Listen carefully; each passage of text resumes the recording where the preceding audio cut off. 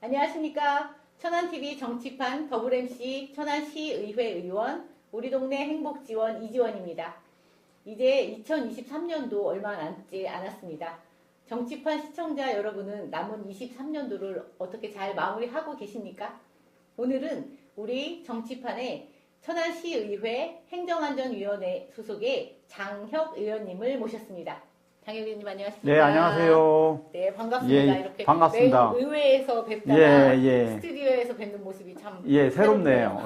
새롭네요. 예. 저희 장혁 의원님과는 예. 2018년 예. 지방선거에서 한 번 같이 낙선을 했었어요. 예. 지역구는 다르지만 예. 그 선거에서 같이 9대 천안시의회에 입성을 한 인연이 있죠. 네. 장혁 의원님은 그때 이제 무소속으로 출마하셨을 때도 굉장히 제가 인상 깊게 봤거든요. 네. 이렇게 정당 활동을 시작하게 된 혹시 동기나 뭐 그런 네. 스토리가 있을까요? 예, 일단 제 소개를 드리도록 하겠습니다. 저기 불당동을 지역구로 두고 있는 불당의 힘 장혁 자유 진실 시장입니다. 예.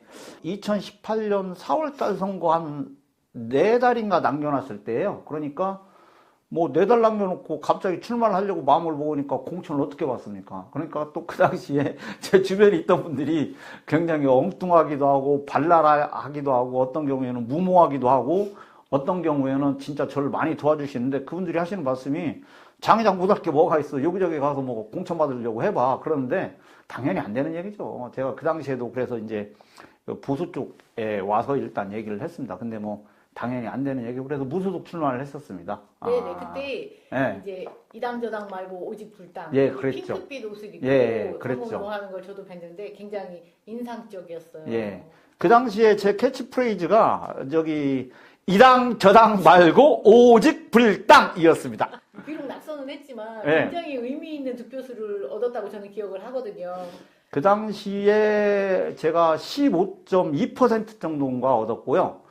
1위, 2위가 이제 민주당 후보가 했었는데, 제 주변에 또 선거판을 정확하게 읽어주시는 분이 계셨거든요. 제가 그분한테는 지금 상당히, 지금도 굉장히 감사하고 고맙게 생각을 하는데, 그분은 잘 나타나지도 않는데, 저기 한 일주일에 한 번 정도 저한테 와서, 회장님 지금 선거 판세가 이렇습니다. 선거 판세가 이렇습니다. 이렇게 저한테 이제 보고를 해주고 가셨는데, 선거 한 2주 전까지만 해도 저한테 와서 아슬아슬하게 될 것 같다. 아슬아슬하게 될 것 같다. 조금만 더 하면 되겠다.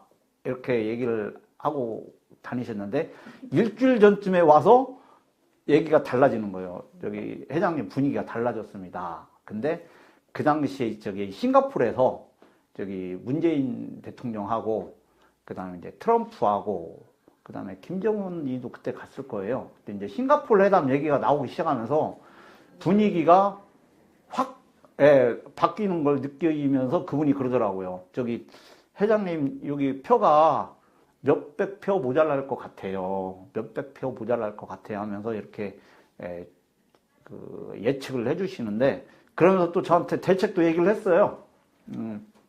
제 핵심 참모가 한 7, 8분이 있는데 그분들이 제 옆에서 하시는 말씀이 특단의 대책을 얘기를 했습니다. 특단의 대책을. 근데 그 특단의 대책을 놓고 이제 제가 한 7, 8분한테 물어보니까 또 그 당시에 제 주변에 그 여자 참모가 2분이 섞여 있었거든요. 그랬더니 그 남자 참모 5분은 그 특단의 대책을 실행을 하셔야 됩니다. 근데 여자 참모 2분은 또 저를 아껴주시니까 그 당시에 제 호칭이 회장님이었으니까 회장님 그렇게까지는 하실 필요가 없어요. 안 하셨죠? 그 특단의 대책. 예, 안 했죠. 안 했죠. 아니 뭐 그건 제가 지금은 말씀을 안 드리겠습니다. 예. 근데 제가 그때 그분들 얘기를 들었어야 돼요. 근데 그 여성분들이 마음이 약했던 거야. 네. 아니 뭐 특단의 대책을 말씀 안 하신다니까. 예. 어쨌든 이제 그렇게 안타깝게 이제 낙선을 하시고 네. 그럼 4년 동안 이제 지금은 당선이 되셨지만 네. 뭘 준비하셨나요? 뭐 특별하게 뭐 제가 정치 활동에 뜻이 없었기 때문에 제가 뭐 참 그렇더라고요. 저기 제 주변 분들이 저는 어떻게 보면 타고난 정치인 또는 타고난 커뮤니티 리더라고들 말씀을 하세요. 근데 저는 2013년도에 제가 불당신도시 총연합회 회장을 할 때도 주변 분들이 저한테 이거 할 사람은 너밖에 없습니다. 당신밖에 없습니다. 라고 해서 제가 낮은 자세로 임했고, 그리고 그 후에 낙선하고 난 다음에도 사실은 제가 뭐 정치하고 시의원할 생각이 그렇게 딱히 많지는 않아서 제가 정치 활동을 했다고는 생각을 안 해요. 근데 이건 했습니다. 지역 내 커뮤니티에 일이 생기면 항상 찾아가서 보고 같이 고민하고 같이 얘기 듣고 필요할 때는 시청에 같이 찾아가고 또 강력한 행동이 필요할 때는 가서 힘을 보태주고 또 고민을 많이 듣고 이건 했어요. 근데 어떻게 보면 이게 투표 활동이라 정치인의 본령이 또 이게 아닌가 싶기도 해요. 예, 맞습니다. 그리고 또 우리 국민의힘당의 약점이 이 대중 속에 섞여 들어가서 그 사람들 얘기를 듣고 약한 부분을 그분들이 힘들어하는 부분을 캐치해서 반영시켜서 어젠다로 세팅해주는 능력이 부족하다고들 얘기들을 많이 하시는데 저는 그 부분에 있어서는 지금도 잘해왔다고 자부를 하고 또 앞으로도 더 잘할 생각입니다. 그리고 저 그거 하는 데는 전혀 거리낌이 없어요. 예. 예, 그래서 지금도 뭐 그 장애인 활동이라든지 아니면 또 약간은 그냥 거부감이 있을 수 있는 동물권 보호 문제라든지 이런 문제도 일반 대중들이 그걸 원하고 시민들이 그걸 이슈로 삼고 뭔가 얘기를 하고 싶다면 그 부분에 가서 얘기를 충분히 듣고 그분들 얘기를 반영해 주는 게 저는 시의원의 역할이라고 생각을 합니다. 네, 예. 제 기억으로는 이게 낙선하시고 네. 4년 동안 여러 가지 활동을 말씀하신 네, 대로 하시면서 이제 저희 지금 국민의힘에 입당을 하셨잖아요. 네, 네, 네. 정식적으로 이제 입당을 하셔서 네, 네. 당선이 되신 다음에 그렇게 일반인으로 활동을 하실 때랑 이렇게 의원 배지 달고 시의원으로 활동하실 때랑 가장 큰 차이점은 뭐가 있어요? 차이점이 몇 가지 있는데요. 있죠. 제가 이제 입당을 하게 된 계기는 그렇습니다. 제가 지금 어느 분이 저한테 추천을 해서 입당을 했는지는 모르겠어요. 아마 제 기억으로는 제가 이창수 도당위원장님 아니셨어요? 아닌 것 같아요. 제 기억이 지금 정확하게 안 나요. 근데 2020년도에 박상돈 그 당시 후보님이죠. 후보님이 이제 시장 선거에 출마를 하셨고 그 당시에 이제 국회의원 선거가 있었습니다. 근데 저는 2018년도에 낙선하고 난 다음에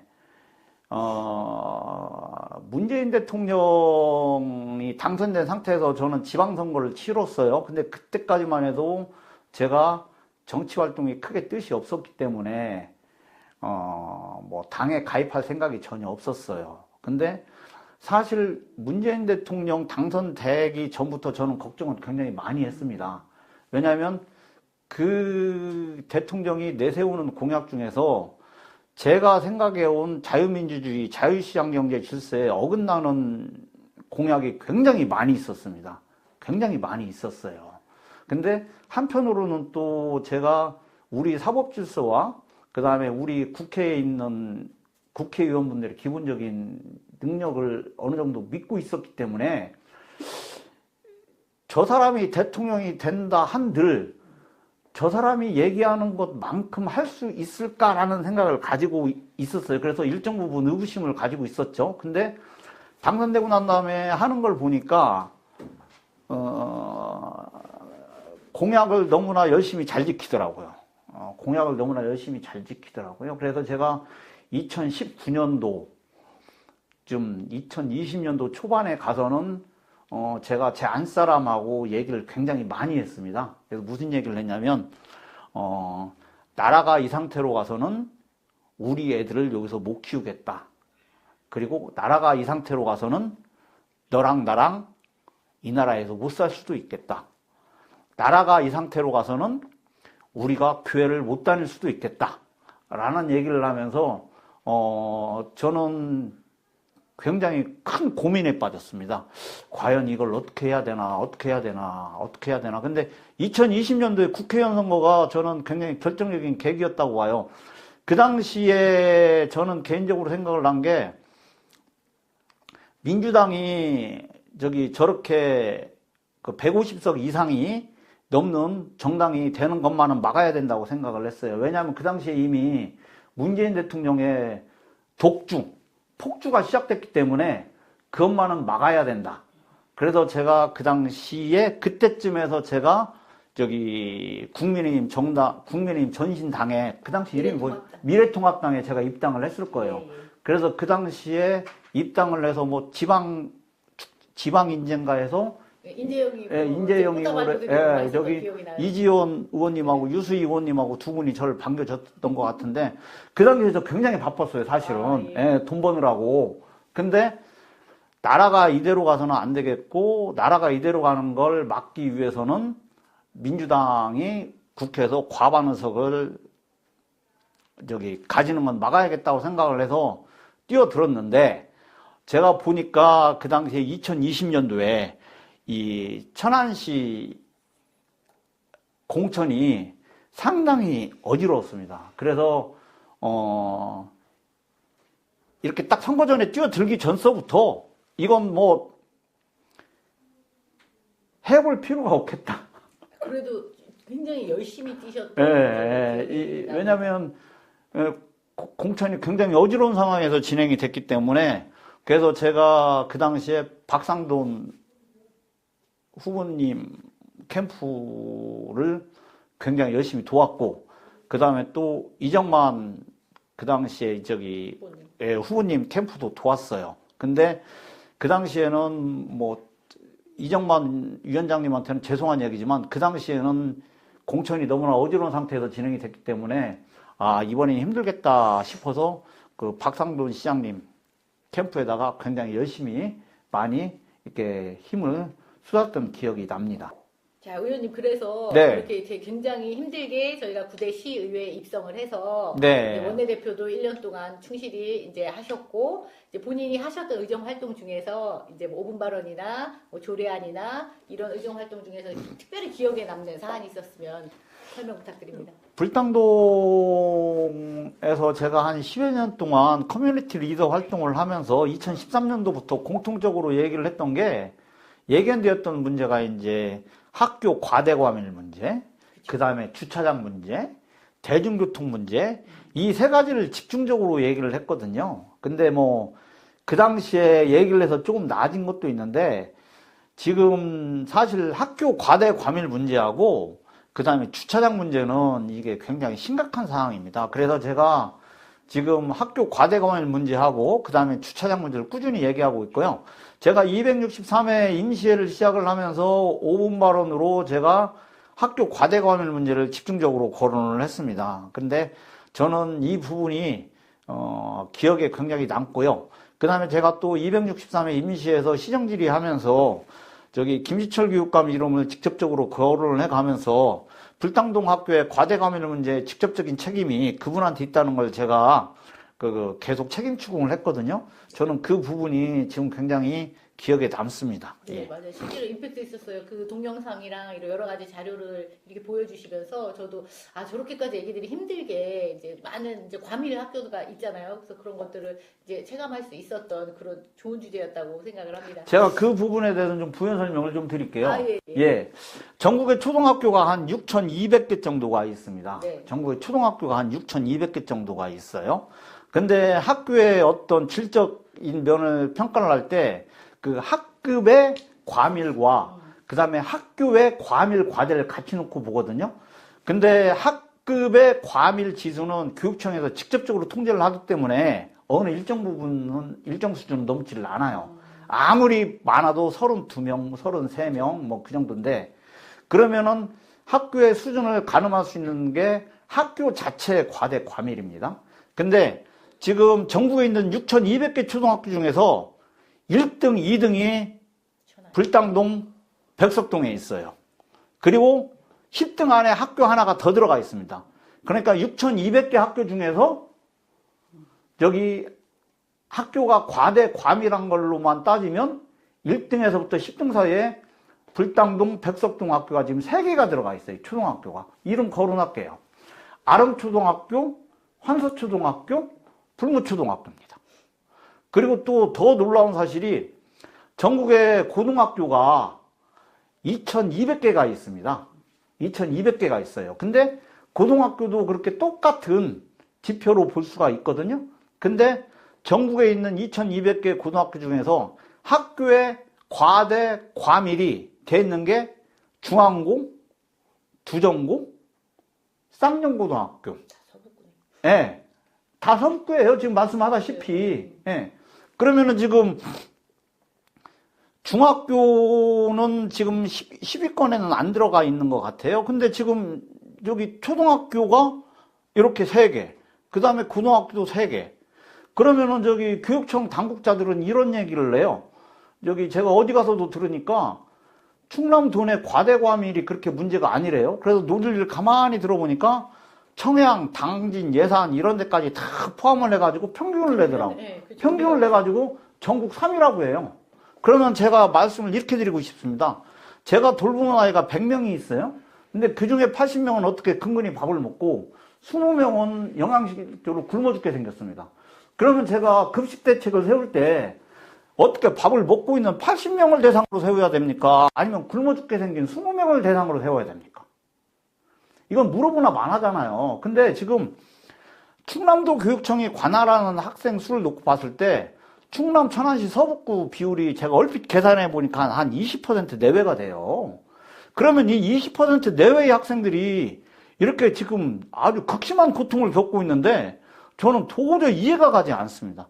굉장히 그리고 사실은 이 문제 생각하면은 아이들 생각하면은 화 나기 전에 미안해요.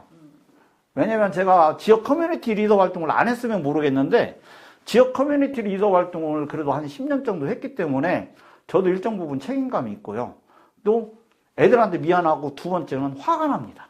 왜 이렇게까지 방치해놨을까 하는 생각이 많이 들어요. 과대 과밀 학교에 네.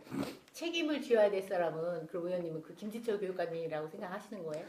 저는 지금 김지철 교육감님이 지금 몇 년도부터 하고 계시죠? 지금 3선째 하고 계시죠? 제 기억으로는 2015년도 불당동에 있는 아름초등학교, 불무초등학교가 2015년, 2016년도, 17년도 이렇게 각각 개교를 했어요. 네. 그리고 그 당시에 이미 불당동 커뮤니티 리더들을 비롯해서 여러분들이 가서 불당동 학교가 굉장히 문제가 많을 것이다. 학교가 하나 더 필요하다. 이미 예측됐었던 일이죠. 이미 충분히 예측이 돼 있었죠.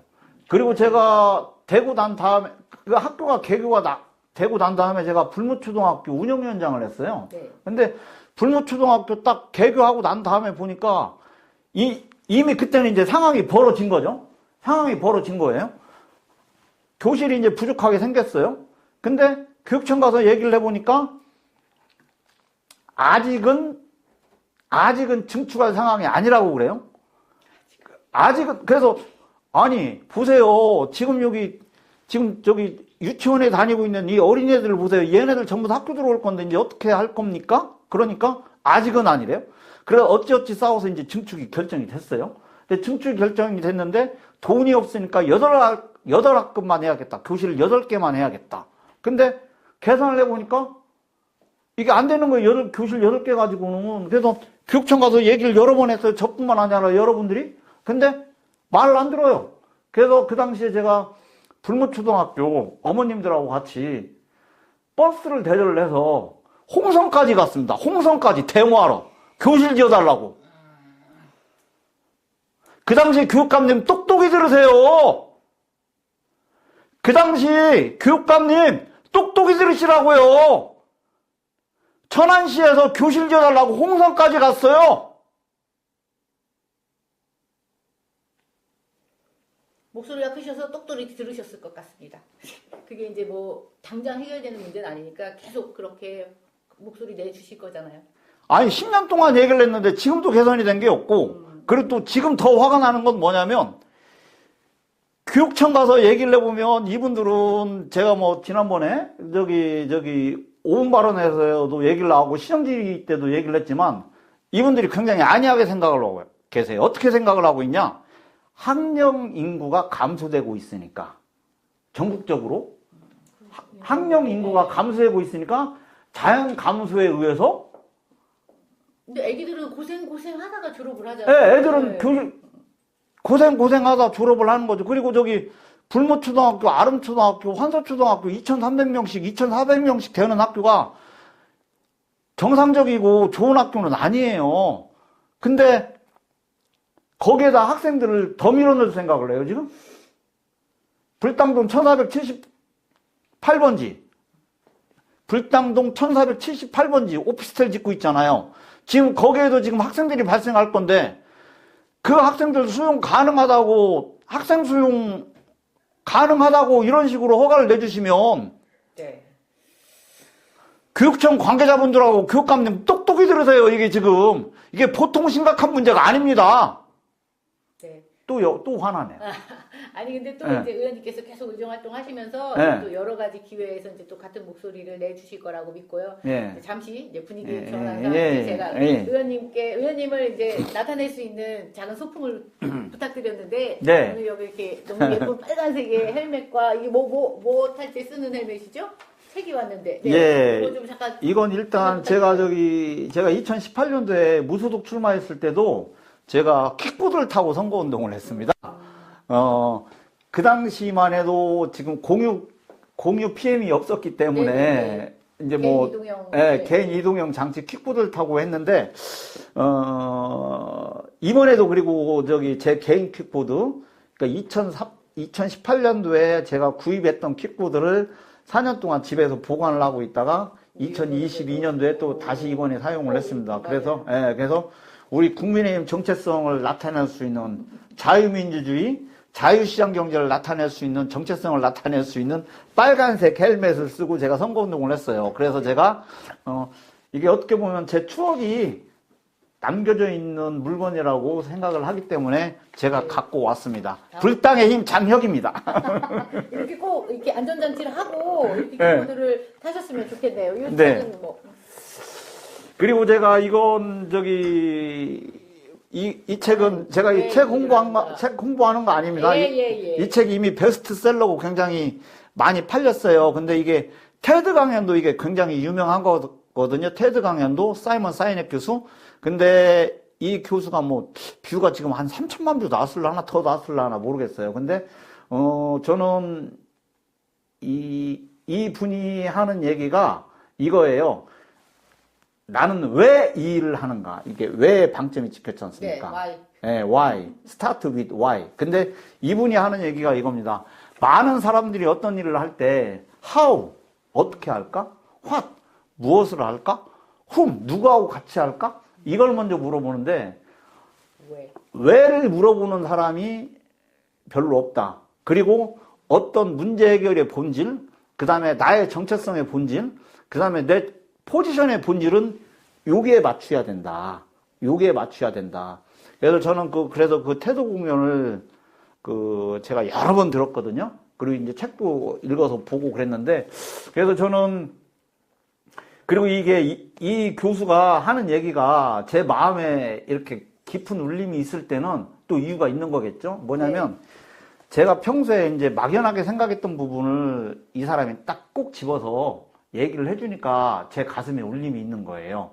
그래서 저는 항상 무슨 일을 하거나 제 포지션을 맡거나 할 때 저는 이것을 생각을 합니다. 나는 왜 이 일을 하는가? 왜 이 일을 하는가? 그래서 why라는 질문에 대답이 안 되면 저는 절대 움직이지 않습니다. 책이 정말 무슨 바이블처럼 이렇게 나달나달해질 때까지 열심히 읽으셨던 것 같아요. 네. 자, 이렇게 어느 정도 시간이 지났거든요, 의원님. 혹시 오늘 방송에서 네. 요 말은 꼭 하고 가야지 잠을 푹 잘 수 있을 것 같다. 잊지 못하는 주변 분이나 뭐 꼭 하고 싶은 사람 뭐 이런 얘기 한마디. 이거 오늘 많이 했어요? 많이 해가지고요. 질문이 막 훅 넘어갔어요. 제가 이제 뭐 정해진 시간이 있다 보니까 그래도 요 얘기는 꼭 하고 싶다 하는 거 있으면은 말씀해 주세요. 뭐 제가 오늘 좀 얘기를 좀 했는데요. 저는 좀 미안한 사람들이 있어요. 미안한 사람들이 뭐가 있냐면 미안한 아이들이 있어요. 제가 불당동 초, 중, 고등학생들한테는 굉장히 미안하고 죄송합니다. 제가 한 10여 년 동안 커뮤니티 리더 활동을 하면서 이 학교 문제에 있어서만은 어떻게 해서든지 좀 더 나은 환경을 마련을 해줬어야 되는데 그러지 못한 부분이 정말 요새도 사실은 학교 앞에 지나갈 때마다 제가 미안해. 미안하고 가슴이 아파요. 미안하고. 그리고 지난번에 10시 반에 애들이 아침밥 먹고 있는 걸 보고 지금도 불당동하고 그쪽 애들 점심밥을 1시에 먹는 학년이 있어요. 어떤 학년은 10시 반에 그렇죠. 먹고 네. 어떤 학년은 학생들 1시에 인터뷰 먹고. 얼마나 내에서 본 예. 기억이 나요. 너무 안타깝더라고요. 네. 그래서 굉장히 미안합니다. 얘들아 미안해. 진짜 미안해. 아저씨 진짜 열심히 했다. 그런데 진짜 미안하다. 네, 네. 계속 노력하실 거고 예. 당장 가시적인 뭐 결과가 드러나지 않더라도 포기하실 분이 아니라는 걸 제가 아니까 학생들 근데 문제는 애들이 알아야지 고통받다가 그냥 졸업을 해버리니까 그거 생각하면 가슴이 너무 아파요. 애들이 고생만 하다 밥도 제때 못 먹고 졸업을 한다고 생각을 하면 굉장히 미안합니다. 그리고 제가 고마운 사람은 한 사람 얘기해야겠네요. 제 사랑하는 안쓰라 이양숙 여사님한테 굉장히 고마운 마음을 갖습니다. 왜냐하면 사실 정치라는 게 쉽지가 않아요. 사생활이라는 게 없고 그러다 보니까 안사람도 그걸 좀 굉장히 힘들어 했는데 그걸 또 참고 감내해 주니까 또 미안하고 고맙기도 하고 그 다음에 사랑하는 제 아들 딸한테도 고맙다고 해야겠네요. 왜냐하면 걔네들이 제 의정활동에 굉장히 매서운 비판자입니다. 제가 이렇게 운전하고 가면서 이제 뭐 이렇게 혼잣말 욕은 안 하는데 혼잣말로 이제 무슨 얘기를 하거나 그러면은 뒤에서 듣고 있다가 그래요. 아빠 그 얘기는 의원의 품격에 어울리지 않는 말인 것 같아요. 그런 얘기를 들을 때마다 그 장혁 의정 활동의 가장 강력한 야당은 모니터링 집단이네요. 예, 모니터링 집단은 제 가족들이 아닐까 아이고. 이런 생각을 하게 됩니다. 원전 의원님이나 그렇게 집안의 내조를 못 받으면 저희가 의정 활동을 네. 네, 우리 집에 계시는 법적 배우자님도 고마워요. 네. 자, 그럼 이렇게 장혁 의원님과 말씀을 나누다 보니까 오늘도 약속된 시간이 다 되었습니다. 그럼 정치판 시청자 여러분께 마무리 인사 짧게 부탁드립니다. 예, 안녕하세요. 불당의 힘 장혁 다시 한번 인사드리겠습니다. 제 정치 생활의 모토는 자유, 진실, 시장입니다. 이거 가슴에 품고 불당동 어린이를 사랑하면서 열심히 하겠습니다. 감사합니다. 네. 지금까지 함께 해주신 장혁 의원님 다시 한번 감사드리고요. 네. 지금까지 천안TV 정치판에서 천안시의회 행정안전위원회 장혁 의원님을 모시고 이야기를 나누어 봤습니다.